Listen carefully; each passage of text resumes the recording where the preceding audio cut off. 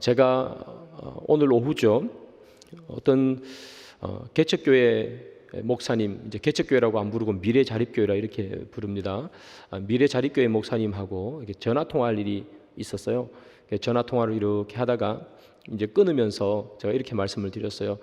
목사님, 오늘 금요일인데 또 조금 있으면 또 말씀을 전하셔야 되고 또 수고하시겠습니다. 목사님 늘 말씀 잘 전하시고 건강 잘 챙기십시오 하고 이렇게 끊으려고 하는데 그 목사님이 우리는 금요 기도회가 없대요. 왜냐하면 이제 미래 자립교회라 보니까 성도들 숫자가 한 10명이 채 안 되는 것 같아요. 그러다 보니까 금요 기도회로 모일 수 있는 분이 없었던 것 같아요. 제가 그 교회 사정은 정확하게 잘 모르고 그냥 통화하게 된 일이 있었는데요. 그러니까 저는 그냥 이렇게 늘 하는 그냥 상투적인 멘트처럼 그렇게 잘 드리라고 이렇게 했는데 그 목사님은 금요 기도회가 없어서 제가 신뢰되는 말을 한 건 아닌가 그런 생각도 들고 너무 죄송하기도 하고 그랬었어요. 그런데 이제 끊고 또 생각하니까 이런 생각이 들었어요. 금요 기도회를 하고 싶어도 못하는 그런 교회가 우리 주변에 참 많다. 근데 우리는 이렇게 금요 기도회를 할 수 있지 않습니까? 그 목사님도 얼마나 금요 기도회를 하고 싶겠어요. 저도 그런 생각을 했어요. 금요일 날 피곤하고 힘들다 그런 생각할 때도 있었거든요. 근데 할 수 있는 교회가 있다는 게 참 감사하고, 여기 계신 분들도 내가 섬기는 교회에 금요일 날 나와서 기도할 수 있는 기회가 있다는 거, 그런 것이 너무나 감사하고 소중하기를 바랍니다. 하고 싶어도 못하는 교회가, 금요일 날 말씀을 전하고 싶어도 못 전하는 목사님도 있고, 기도하고 싶어도 못하는 교회도 있다. 그래서 여러분, 이 금요일이 저도 여러분들도 다 지금보다도 더 소중하게 그렇게 다가오기를 소망합니다. 오늘 본문을 읽었는데요. 마가복음 14장 51, 52절 짧은 구절 두 절을 읽었어요.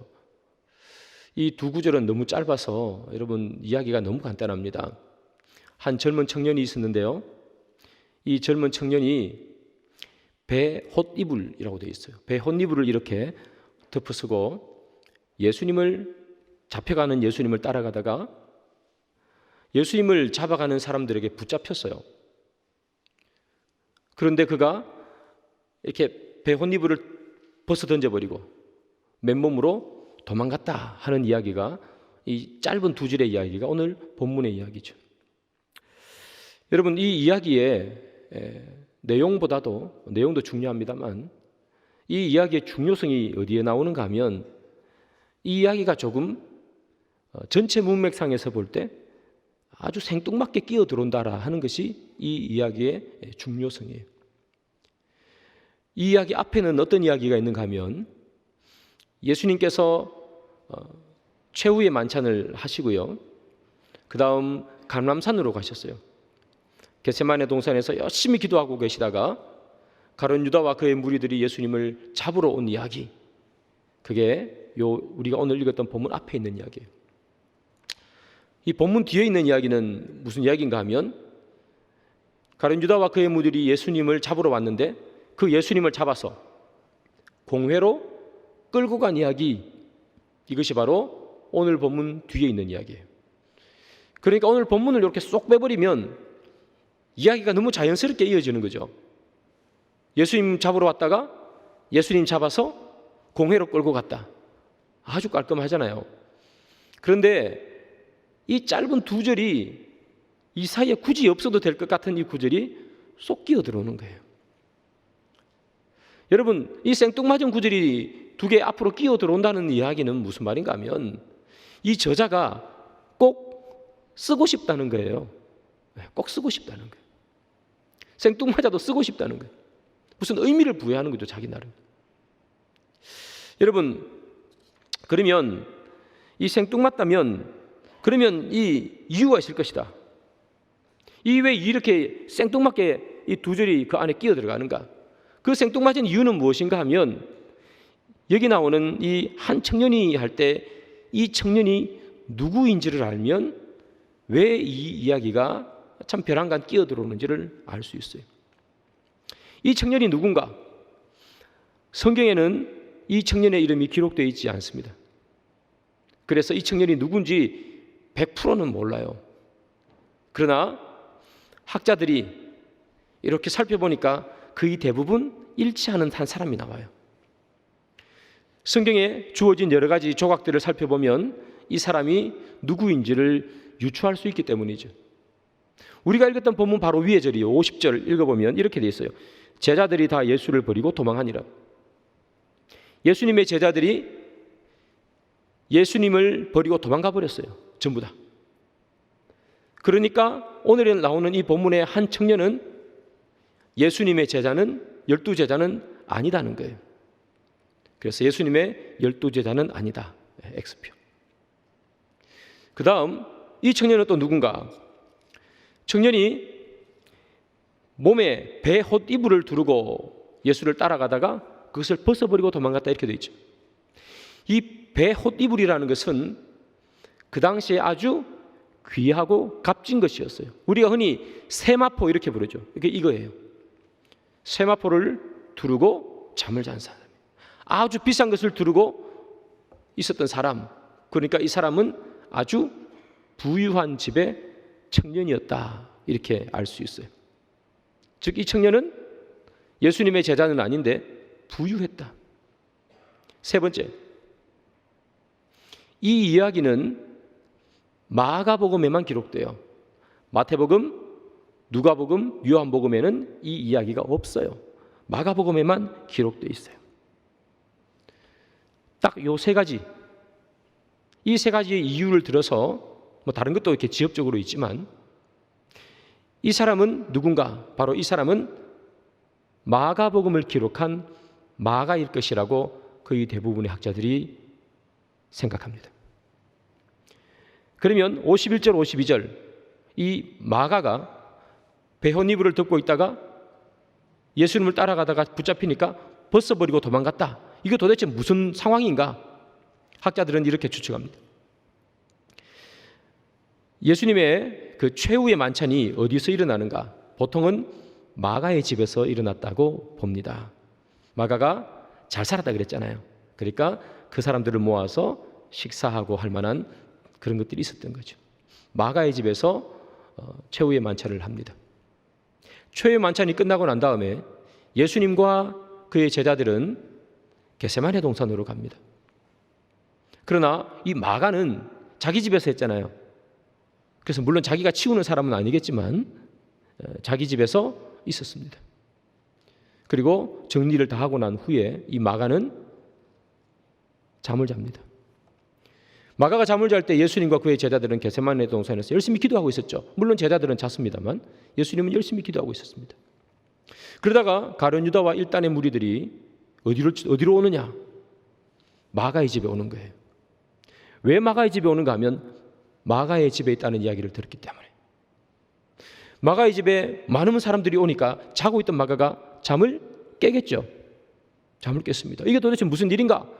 이렇게 살펴보니까 가룟 유다하고 막 제사장들하고 예수님을 잡으러 온 거예요.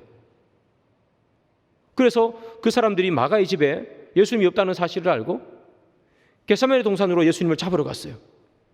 어디 갔느냐? 물어보니까 뭐 마가의 집에 있는 종들이 그렇게 얘기했겠죠. 그쪽으로 잡으러 간 거예요. 그러니까 마가가 이 사실을 알고 안 되겠다. 예수님에게 빨리 알려야 되겠다 생각하고 가고 있었던 거예요. 그런데 가룟 유다와 무리들이 예수님을 잡아서 데리고 오고 있었어요. 제자들은 다 도망가 버리고. 그 광경을 마가가 목격하고 예수님이 저기 가니까 예수님을 따라갔던 거죠. 그러다가 가룟 유다와 그의 무리들이 이 마가가 따라오는 것을 보고 잡은 거예요. 그러자 입을 던져버리고 도망갔다. 이렇게 봅니다. 또 어떤 사람은 마가가 자고 있었는데 가룟 유다와 그의 일당들이 예수님을 잡아서 끌고 오다가 마가의 집을 지나가는데 마가가 자다가 시끄러운 소리가 들리니까 깼어 보니까 예수님이 잡혀가는 거예요. 따라가다가 붙잡혀서 입을 던져버리고 도망갔다. 이렇게 생각하는 사람도 있습니다. 보통은 이렇게 보게 되죠. 그렇다면 여러분, 여기 나오는 이 청년은 마가인 것이죠. 오늘 이 이야기는요, 앞에도 말씀드렸다시피 다른 복음서에는 기록되지 않고 마가복음서에만 기록되어 있습니다. 사복음서 중에서 제일 먼저 기록된 복음서는 마가복음입니다. 그리고 마가복음은 여러분 보시면 알겠지만 다른 마태복음이나 누가복음이나 요한복음에 비해서 상당히 짧습니다. 아주 짧은 겁니다. 그래서 이야기도 길게 서술되는 이야기보다는 짧게 그렇게 기록되어 있는 것이 마가복음입니다. 그런데 거기에 이 두 절을 끼워 넣었어요. 마가는 왜 자신의 이야기를 그 사이에 끼워 넣었을까? 그는 제자가 어떤 사람인지를 이 짧은 두 절을 통해서 말하고 싶었다는 거예요. 그래서 끼워 넣는 거예요. 여러분, 예수님을 따라가다가 혼니부를 던져버리고, 여기 성경에 보면 벗은 몸으로 도망했다 이렇게 돼 있어요. 벗은 몸으로 도망가 버렸어요. 여러분, 다 큰 어른이에요. 아마 이때 마가가 20살 후반에서 30살 초반이라 그렇게 생각합니다. 다 큰 어른이 아무리 급해도 그렇지 옷 다 벗고 도망가 버리면 얼마나 부끄러운 일입니까? 그런데 그걸 누가 써요? 자기가 직접 자기가 쓰는 복음서에다가 기록하고 있는 거예요. 그 수치스러운 이야기를 왜 쓸까? 그 불명예스러운 일을 왜 쓰는가? 마태복음도 누가복음도 요한복음도 쓰지 않은 그거를 자기가 여기 쓰지 않으면 자기의 그 수치스러운 이야기는 천하에 드러날 일이 없는데, 그는 왜 굳이 자기의 이 수치스러운 일을 굳이 이 본문에 써놓는가 말이죠. 여러분, 마태복음 10장에 가면 예수님의 제자들 12제자 이름이 쭉 나옵니다. 12제자 이름이 쭉 나열되는데 유일하게 한 사람, 그 이름 앞에 자기의 직업이 소개되고 있는 사람이 한 명 있어요. 누구냐 하면 바로 마태예요. 마태가 마태복음을 쓰잖아요. 마태는 12제자 이름을 기록하면서 자기 이름 앞에 자기의 직업을 써요. 다른 사람들은 다 이름만 기록되어 있어요. 또는 누구의 형제 누구 이렇게만 기록되어 있을 뿐이에요. 물론 가룟 유다는 예수를 판자라고 기록되어 있습니다만 직업이 적혀 있는 사람은 마태밖에 없어요. 세리, 마태 이렇게 쓰죠. 여러분, 세리는 그 당시에 존경받는 직업이 아니라는 것쯤은 여러분 이미 잘 아실 겁니다. 세리는 동족의 피를 빨아먹는 사람이었습니다. 그래서 자기가 직업이 세리라는 것은 아주 불명예스러웠어요. 그는 돈을 많이 가지고 있었을 수는 있지만 불명예스러운 사람, 그게 세리예요. 그런데 마태는 세리 마태라고 자기 이름 앞에 세리를 딱 써요. 왜 그는 성경을 기록하면서 이 불명예스러운 일을 기록할까요? 그것은 다름이 아닙니다, 여러분. 자기가 옛날에 세리였음을 고백하는 거예요. 자기의 직업을 알려주는 게 아니라, 여러분, 나는 옛날에 세리였습니다. 민족의 피를 빨아먹는 세리였습니다. 나는 예전에 돈만 쫓아가는 사람이었습니다. 그 얘기 쓰는 거예요. 그런 내가 이제는 돈을 쫓아가는 사람이 아니라 예수를 쫓는 사람이 되었습니다. 예전에는 돈의 노예로 살았지만 이제는 내가 예수의 종으로 삽니다. 그 신앙 고백이에요. 그래서 그 신앙 고백으로 그는 뭐라고 쓰느냐?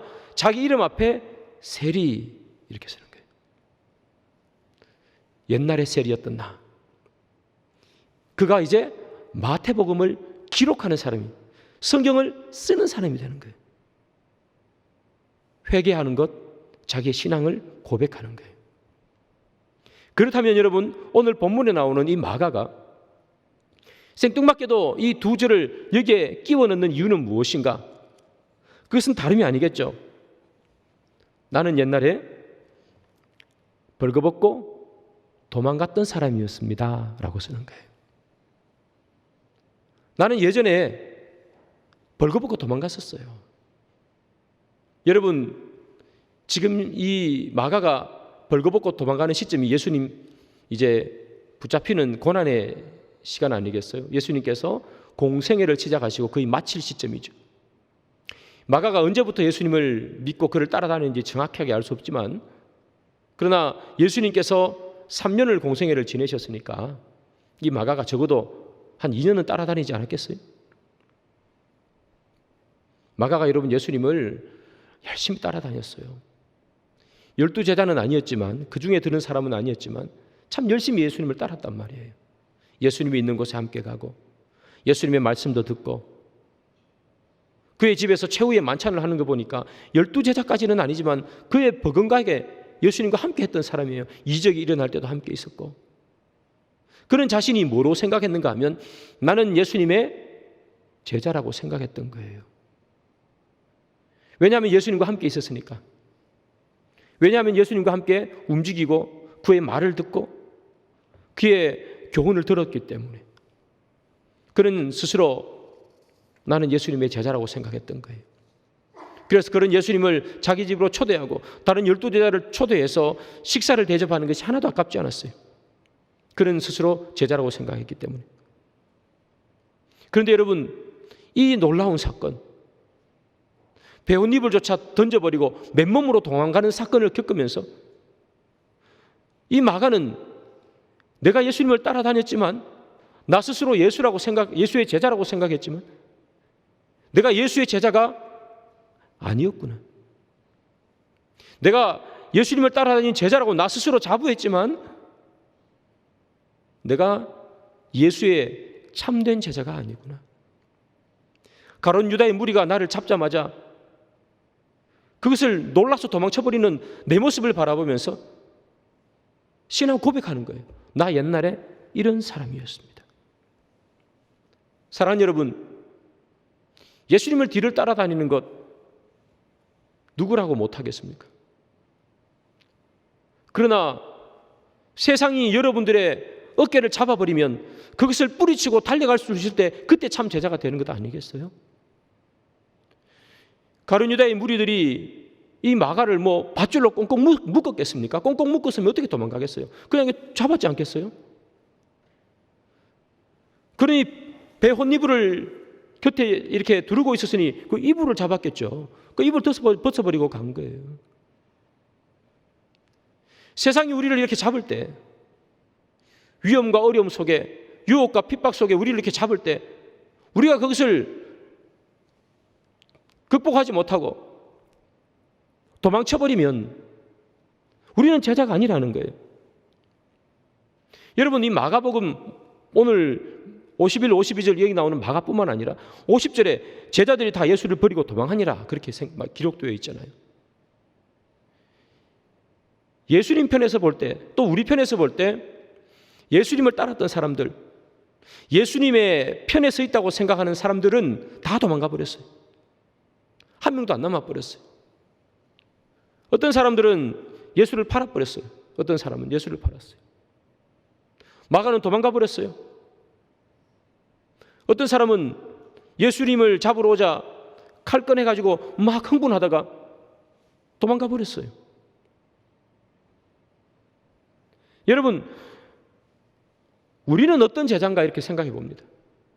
3년을 따라다녔는데 예수를 팔아버리고 칼 들고 흥분하다가 혼자 칼 놔두고 도망가 버리고 혼입을 벗어버리고 도망가 버리고, 누군들 우리가 이 상황에 닥치면 이 사람처럼 하지 않으리라는 보장이 누가 있겠어요? 저도 여러분도 누가 장담하겠습니까?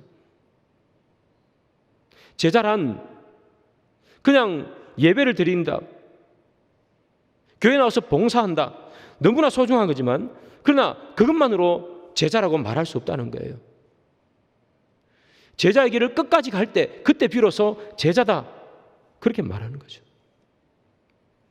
오늘 본문에 나오는, 여기 나오는 이 제자들, 50절에 나오는 예수님의 제자 마찬가지고 마가복음 51, 52절에 나오는 이 마가도 마찬가지죠. 예수님 보는 앞에서 다 도망가 버렸잖아요. 예수님 안 보일 때 도망간 것이 아니라 겟세마네 동산에서 예수님 잡힐 때 제자들 다 도망가 버렸다고요. 예수님이 빤히 보고 있는데도 그 눈길을 외면하고 도망가 버렸어요. 여기 제자도 마찬가지잖아요. 마가도. 그런데 여러분, 지금 예수님이 보입니까? 만져집니까? 보이지도 않고 만져지지 않는 우리는 예수님을 버리고 도망가기가 얼마나 쉬워요. 그러면 우리는 참 제자인가? 이렇게 물어보는 거죠. 그래서 이 마가가 이 본문에서 하고 싶은 말은 뭐냐면, 예수 뒤를 따라다닌다고 제자가 아니라는 거예요. 진짜 제자는 나를 잡을 때, 그것을 극복할 수 있는 힘이 있을 때, 그때 제자라는 거예요. 그래서 이건 자기 얘기 쓰는 거예요. 나는 제자가 아니었습니다. 사랑하는 여러분, 그렇다면 어떻게 하면 예수를 끝까지 따를 수 있을까? 살다가 보면 마가처럼 이런 상황이 우리에게 생기기도 하죠. 예수님의 제자들 같은 상황이 생기기도 하잖아요. 힘들고 어려운 순간, 유혹의 순간, 고난의 순간, 많은 상황들이 우리에게 닥쳐오는데, 우리는 그러면 어떻게 그 힘든 순간, 피곤하고 지친 순간, 그런 순간에 예수를 버리고 도망가지 않고 그것을 극복하고 이겨낼 수 있을까? 오늘 마가는 이 짧은 두 절을 통해서, 이 자기의 신앙 고백과 회개를 통해서 우리에게 해주는 말이 있어요. 여러분, 마가는 51, 52절에서 헛이불을 벗어버리고 예수님을 떠나버렸습니다. 그러나 그의 인생이 그것으로 끝나는 게 아니에요. 나중에 보면 그는 정말 예수님의 귀한 제자가 되었어요. 그러면 어떤 경로를 통해서 이렇게 헛이불을 벗어버리고 도망갔던 이 마가는 예수님의 제자가 되는가? 그것은 다름 아닌 훈련을 통했어요. 훈련받지 않으면 제자로 설 수 없어요. 이 마가는 혹독한 훈련을 받습니다. 그리고 그 훈련을 통해서 헛이불을 벗어버리고 부끄럽지만 맨몸으로 도망가던 이 마가가 예수님을 대적하는 이 세상 앞으로 달려들어가는 인생이 돼요. 그럼 어떻게 그렇게 되는가 살펴보겠습니다. 이 마가는요, 바나바의 조카입니다. 그래서 바나바가 바울과 함께 1차 전도 여행을 갈 때 마가를 데리고 갑니다. 마가는 예수님을 따랐던 사람이잖아요. 물론 헛이불을 벗어 던졌지만, 그러나 그에게는 어느 정도의 믿음이 조금 있었겠죠. 전도 여행을 떠난다니 그의 삼촌을 따라 전도 여행을 떠났습니다. 전도 여행을 하다 보니까 이 마가는요, 너무 힘들었어요.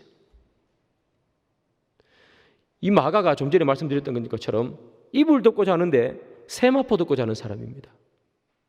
잘 사는 그런 사람이었어요. 어릴 때부터 이게 오냐오냐 하면서 큰 어려움 없이 자랐던 그런 사람입니다. 저희 동네 그 사투리로 포시랍게 자랐던 사람입니다. 포시랍다는 말을 혹시 아십니까? 처음 들어보세요?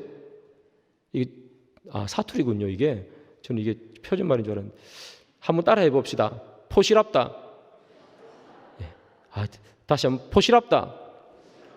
포시랍다는 말은 이게 잘 이렇게 오냐오냐 하면서 컸다는 그런 표현입니다. 앞으로 제가 포시랍다 하면 그렇게 알아들으시면 됩니다. 알아들으시는 분은 금요기도에 오신 분이고, 저게 무슨 말이야 하는 분은 금요기도에 안 오신 분이에요. 이분은 이렇게 잘 이렇게 자랐던 사람이에요. 그러니까 전도 여행을 막 떠나니까 힘들어요, 안 힘들어요? 힘들죠. 1차 전도 여행, 여러분, 이 바울이 좀 대단한 사람입니까? 복음 앞에서는 타협이 없는 사람 아닙니까? 그냥 그대로 직진한 거예요. 그러니까 너무 힘들었어요. 그래서 이 사람이 전도 여행을 하다가 구브로라는 섬에 도착했을 때 전도 여행을 포기합니다. 그리고 자기 집이 있는 예루살렘으로 다시 돌아가 버렸습니다. 그가 예수님이 잡히던 그 밤에 헛이불을 벗어버리고 도망친 것처럼 바울과 바나바와 함께 했던 이 1차 전도 여행 때도 그는 똑같이 구브로 섬을 도망쳐 버렸습니다. 예수님을 떠나버렸을 때는 많이 회개했겠죠. 다시는 이러지 않으리라. 그런 마음을 가지고 1차 전도 여행에 그는 함께 했던 것 아니겠어요? 그런 마음이 없으면 어떻게 했겠어요?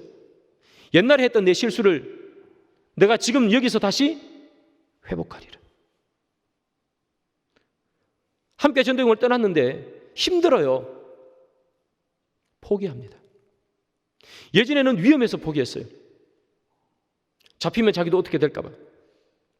이제는 힘들어서 포기해요. 물론 그 가운데 위협도 있었겠지만 너무 힘들었어요. 포기해버렸어요. 힘들고 위험한 거. 이게 예수를 믿다가 포기하는 거의 대부분 아니겠어요? 힘들고 위험한 거. 여러분, 이 마가는 힘들 때도 위험할 때도 둘 다 극복하지 못했습니다. 그래서 그는 예루살렘으로 돌아갔습니다. 바울의 1차 전도 여행이 끝났습니다. 그리고 이제 2차 전도 여행이 시작됩니다. 바나바는 1차 전도 여행과 똑같이 마가에게 함께 가자고 요구합니다. 1차 전도 여행에서 실패했던 이 마가, 그 사이에 무슨 일이 있었는지 알 수 없지만 다시 2차 전도 여행을 떠나기로 결심합니다. 그런데 바울이 반대했습니다. 나는 저 마가와 함께 전도 여행 가지 못한다. 급기야 바울하고 바나바하고 싸워버립니다. 크게 다투었다가 아마 큰 소리치고 싸웠던 것 같습니다. 바울은 나는 저런 사람이랑 못 가. 마가에게 더 이상 신뢰를 주지 않습니다. 데리고 가면 오히려 손해야.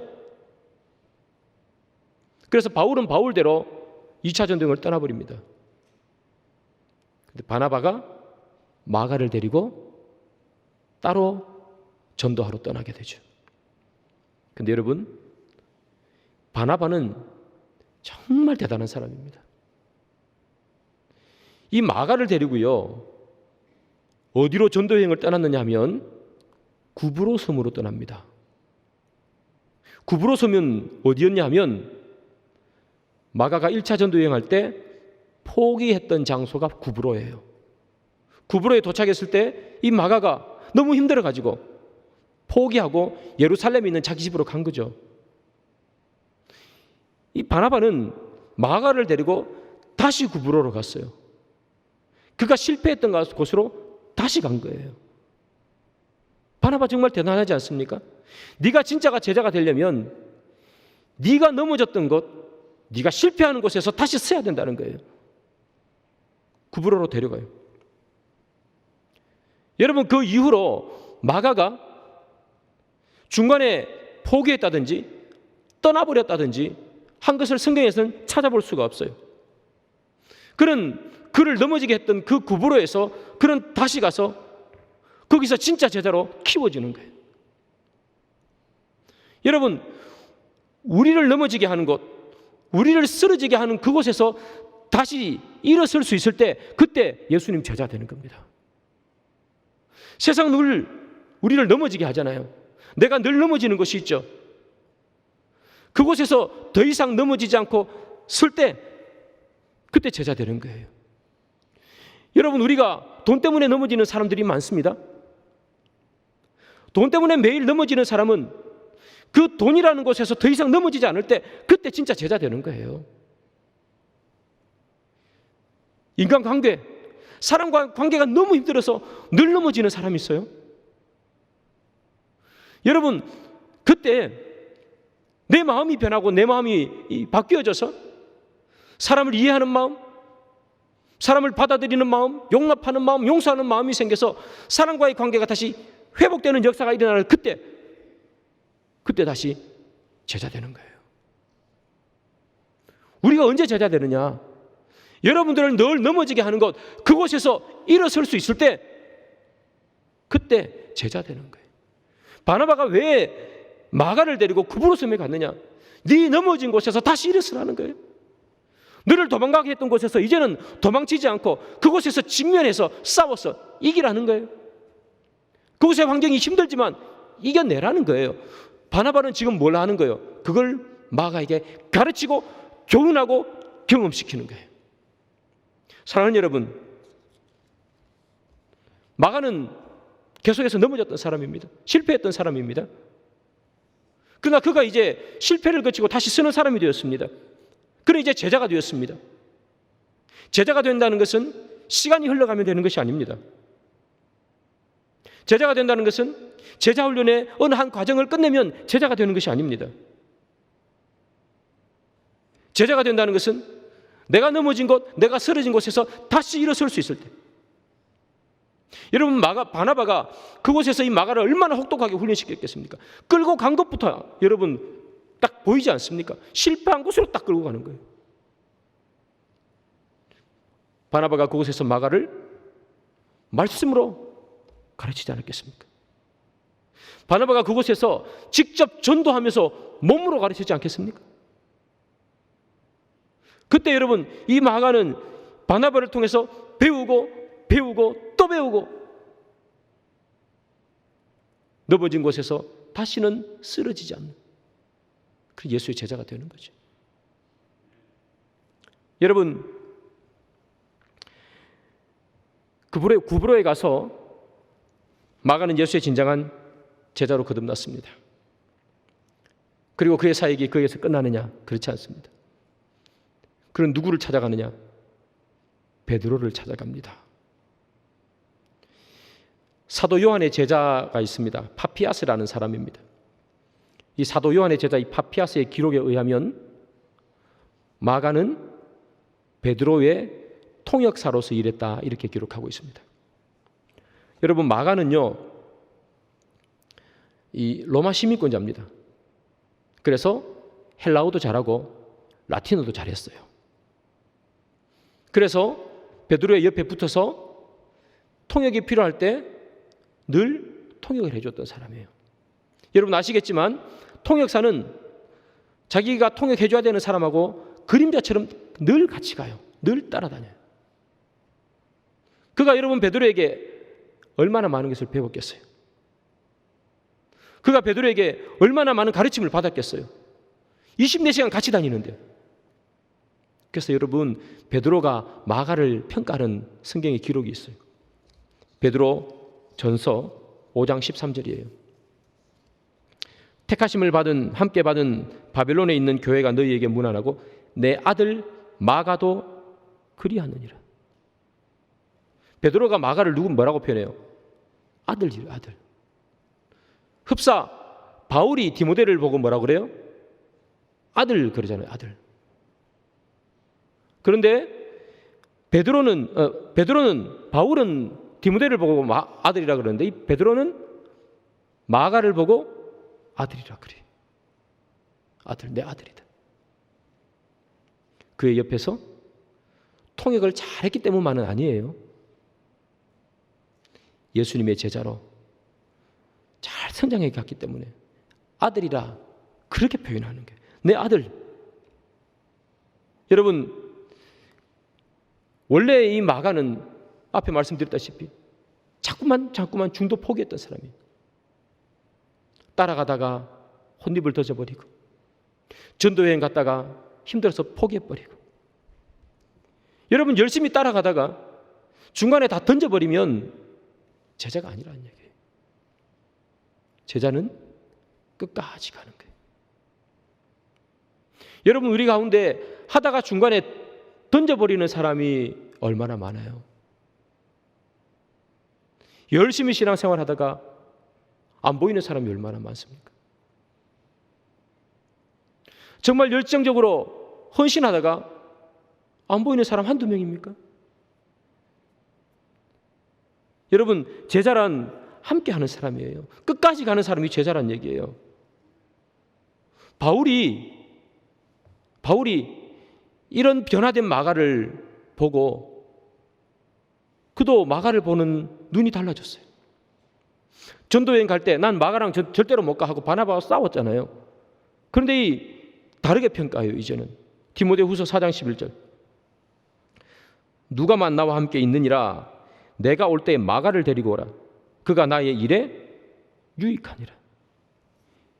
2차 전도 여행 갈 때는 데리고 오지 마라 그랬어요. 무익하다. 그러나 디모데후서, 바울이 죽기 전에 쓰는 성경책, 그때 바울이 감옥에서 하는 말이 뭡니까? 마가를 데리고 오라. 그가 내 일에 유익하니라. 유익하니라. 사랑하는 여러분, 맨몸으로 도망쳤던 자, 힘들어서 도망쳤던 자, 마가예요.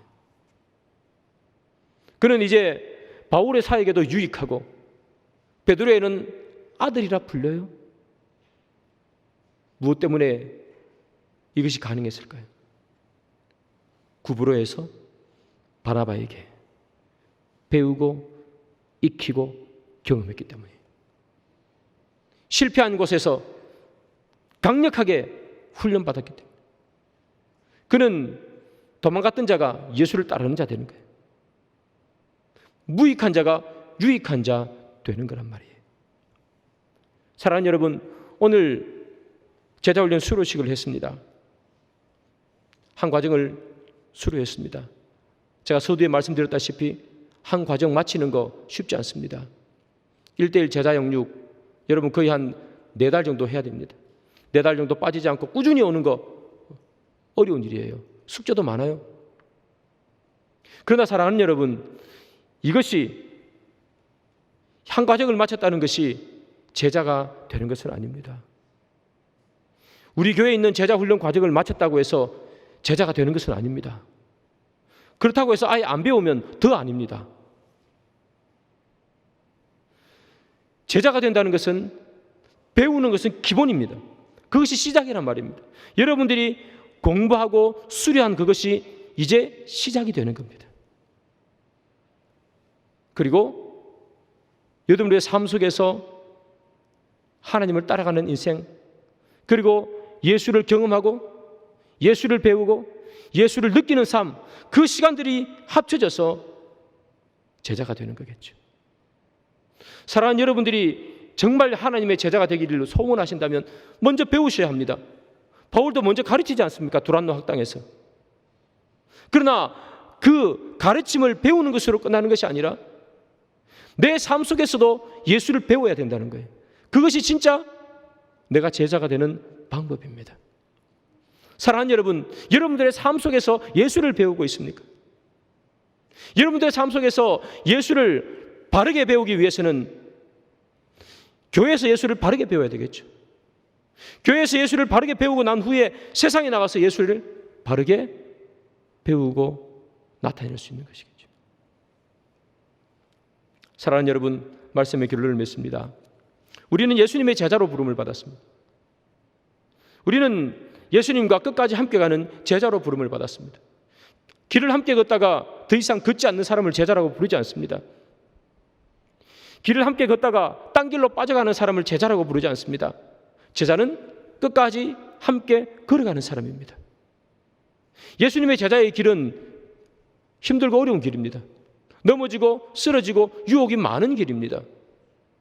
그러나 그런 과정 속에서도 다시 일어나서 걸어갈 수 있는 것, 넘어졌지만 다시 일어나 예수가 가는 길로 걸어가는 것, 비록 늦지만 예수가 갔던 길을 따라가는 것, 이것을 제자라고 부릅니다. 사랑하는 여러분, 저도 마찬가지고 여러분도 마찬가지고 우리 모두가 예수의 제자가 되어야 되지 않겠습니까? 우리가 예수의 제자가 되려면 뭘부터 해야 되겠습니까?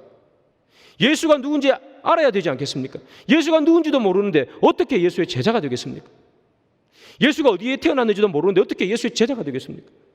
예수님께서 하신 말씀이 무엇인지도 모르는데 어떻게 예수의 제자가 되겠습니까? 그래서 사랑하는 여러분, 우리는 예수님에 대해서 배워야 하는 것입니다. 우리 교회에 많은 제자훈련 과정이 있지 않습니까? 그 과정들은 예수가 누구인지 가르쳐주는 과정입니다. 그리고 우리는 어떠해야 하는지를 가르쳐주는 과정입니다. 그것은 너무나 기본입니다. 그것이 기본입니다. 그것이 기본으로 깔려 있을 때 그때 뭐도 할 수 있는 거예요. 예수를 따라갈 수도 있는 거예요. 따라가다가 넘어질 수도 있는 거예요. 그것이 기본이 되어 있지 않으면 따라가지도 못합니다.